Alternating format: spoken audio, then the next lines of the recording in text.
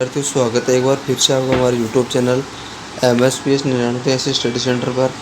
और आज मैं भाई लास्ट पार्ट है वो लेकर आ गया हूँ आपका 7वां पार्ट। और 7 पार्ट में लगभग अपना जो विज्ञान का कोर्स है वो कम्प्लीट हो जाएगा। और उम्मीद करता हूँ कि इन 7 से बाहर भी अपने कुछ भी नहीं आएगा तो इन 7 पेपर को आप अच्छे से तैयार कर लें, जिससे आपके अच्छे नंबर आएंगे। तो आप तुरंत ही अपनी नोटबुक लेकर बैठ से इनको नोट करना शुरू कर दें। छोटे वाले जो न्यू टाइप क्वेश्चन है उनके उत्तर अपन तुरंत देख लेते हैं, और जो बड़े वाले क्वेश्चन है उनके आपको बुक से खोज कर उत्तर देखना है। तो सबसे पहला क्वेश्चन है, फलीदार पौधे की फसल से भूमि में जिस तत्व की मात्रा बढ़ जाती है वह है, तो वह होता है अपना नाइट्रोजन। यानी फलीदार पौधे हैं तो उसकी जो जड़ों के अंदर राइजोबियम नामक जो जीव पाया जाता है, और ये नाइट्रोजन स्थिरीकरण का कार्य करता है। तो जो जीव है उसका नाम भी आप ध्यान रख लें, राइजोबियम नामक सूक्ष्म जीव होता है। फिर दूसरा क्वेश्चन है, थ्रेसिंग का तात्पर्य है। तो थ्रेसिंग है बीजों को भूसे से अलग करना, यानी थ्रेसिंग के माध्यम से क्या करते हैं, बीज है फसल के दाने होते हैं उसको भूसे से अलग करते हैं। फिर क्वेश्चन नंबर 3, अग्निरोधक प्लास्टिक का उदाहरण है। तो अग्निरोधक प्लास्टिक है उसका उदाहरण होता है भाई मेलामाइन। मेलामाइन उसको अग्निरोधक प्लास्टिक कहा जाता है। और आग बुझाने वाले जो कर्मी होते हैं उनके जो परिधान होते हैं वो भी मेलामाइन से बने होते हैं। फिर क्वेश्चन नंबर 4, नेपथलीन की गोलियां बनाई जा सकती है। तो नेपथलीन की जो गोलियां हैं वो बनाई जाती है कोलतार से। कोलतार है उससे नेपथलीन की गोलियां बनाई जाती है। फिर है मोमबत्ती की ज्वाला का सबसे बाहरी क्षेत्र का रंग कैसा होता है। तो उसका रंग होता है प्यारे बच्चों नीला, नीला रंग होता है।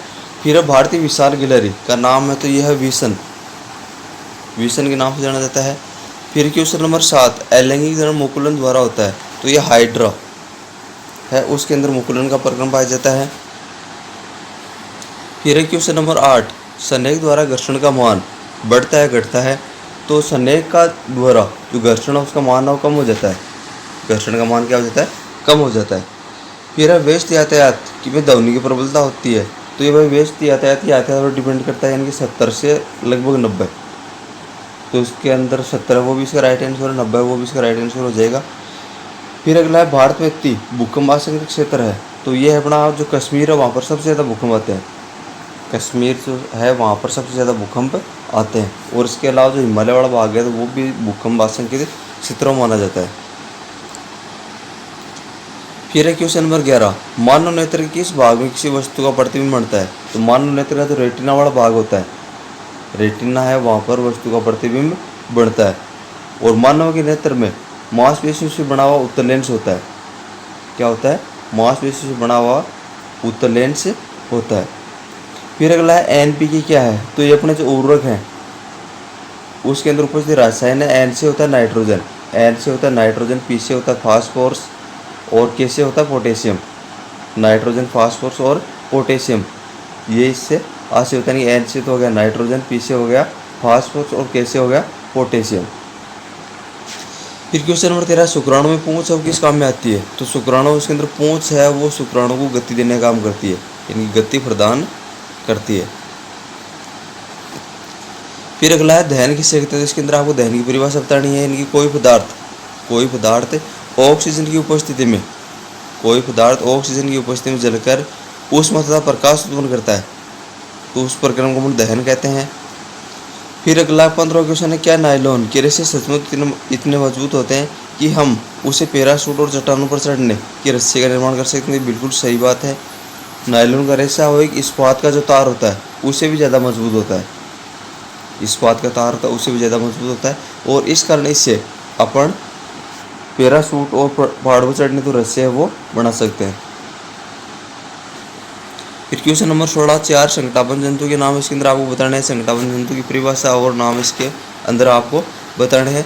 फिर विद्युत धारा का रासायनिक प्रभाव क्या है। तो इसके अंदर आपको विद्युत धारा का रासायनिक प्रभाव बताना है। फिर 2 जीवाश्म ईंधनों के नाम।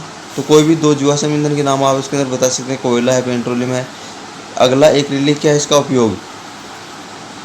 तो एक्रिलिक अपने ये जो रेशे वाला पार्ट है उसके अंदर से है। फिर अगला है, आप किस प्रकार सिद्ध करेंगे रासायनिक दृष्टि से सिल्वर कॉपर से कम अभिक्रियाशील है। तो इसके अंदर आपको दोनों की अभिक्रिया वो बतानी है, Ag और Cu की, Ag + Cu की इसके अंदर आपको रासायनिक अभिक्रिया बतानी है। फिर अगला जैवमंडल से क्या से है, जैवमंडल अलग से क्षेत्र क्यों बनाए जाते हैं। तो इसके अंदर आपको जैवमंडल की परिभाषा और इनकी जो स्थापना के उद्देश्य है वो आपको इसके अंदर बताने हैं। फिर है क्वेश्चन नंबर 22, लैंगिक जनन और लैंगिक जनन में अंतर स्पष्ट कीजिए। तो ये बाई पार्ट का मोस्ट क्वेश्चन आप मान कर चलो, 22वां क्वेश्चन है, ये मोस्ट है। फिर अगला है 23 नंबर क्वेश्चन, नेत्र के अंदर लेंस की फोकस दूरी कैसे बदलती रहती है। तो नेत्र है वो अपनी जो मांसपेशियाँ हैं, नेत्र का लेंस होता है मांसपेशियों की स्थिति पर टिका रहता है और इन्हीं मांसपेशियों के कारण उसकी जो फोकस दूरी है वो बदलती रहती है।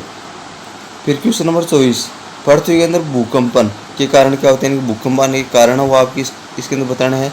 और अगला है पृथ्वी की संरचना का नामांकित चित्र वो आपको इसके अंदर बनाना है। फिर है क्वेश्चन नंबर 25, कृत्रिम उपग्रह क्या है। तो कृत्रिम उपग्रह की परिभाषा आपको बतानी है। फिर अगला है सप्तऋषि तारामंडल के प्रमुख तारों की अपेक्षित स्थितियों को दर्शाने के लिए आरेख। तो सप्तऋषि जो तारामंडल है उसका चित्र इसके अंदर आपको बनाना है।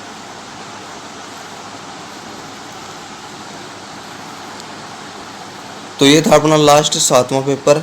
और 7 पेपर के अंदर, एक पेपर के अंदर अपने 25 क्वेश्चन और 7 पेपर के अंदर हो गए 25 × 7, तो यानी कि लगभग 175 क्वेश्चन का कलेक्शन अपन ने 7 पेपरों के अंदर कर लिया है।